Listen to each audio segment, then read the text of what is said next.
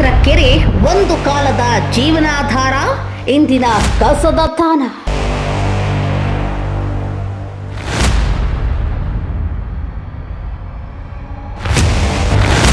ಅಧಿಕಾರಿಗಳ ದಿವ್ಯ ನಿರ್ಲಕ್ಷ್ಯಕ್ಕೆ ತನ್ನ ಸೌಂದರ್ಯ ಕಳೆದುಕೊಂಡ ಕೆರೆ.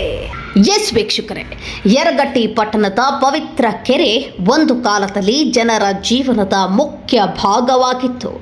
ಊರಿನ ಜನರು ಇಲ್ಲಿಂದ ಕುಡಿಯುವ ನೀರನ್ನು ತೆಗೆದುಕೊಳ್ಳುತ್ತಿದ್ದರು.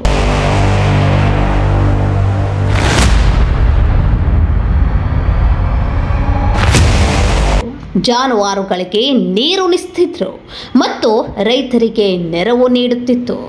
ಆದರೆ ಸಮಯ ಕಳೆದಂತೆ ಈ ಕೆರೆ ನಿರ್ಲಕ್ಷ್ಯಕ್ಕೆ ಒಳಗಾಗಿ ಕಸದ ತಾಣವಾಗಿ ಮಾರ್ಪಟ್ಟಿದೆ. ಕೆರೆಯ ಸ್ಥಿತಿ ನೋಡಿದ್ರೆ ನೋವು ತರುತ್ತದೆ.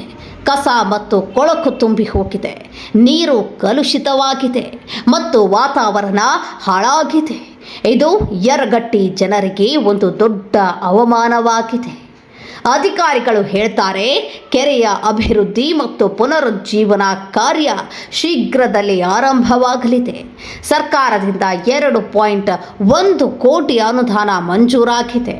ಆದರೆ ಈ ಭರವಸೆಗಳು ಕೇವಲ ಭರವಸೆಗಳಾಗಿ ಉಳಿಯುತ್ತಿವೆಯೇ?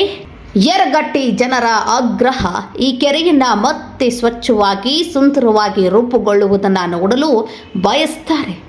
ಜನಪ್ರತಿನಿಧಿಗಳು ಮತ್ತು ಅಧಿಕಾರಿಗಳು ಈ ಕೆರೆಯ ಅಭಿವೃದ್ಧಿಗೆ ಶೀಘ್ರವಾಗಿ ಕ್ರಮ ಕೈಗೊಳ್ಳಬೇಕೆಂದು ಆಗ್ರಹಿಸುತ್ತಾರೆ.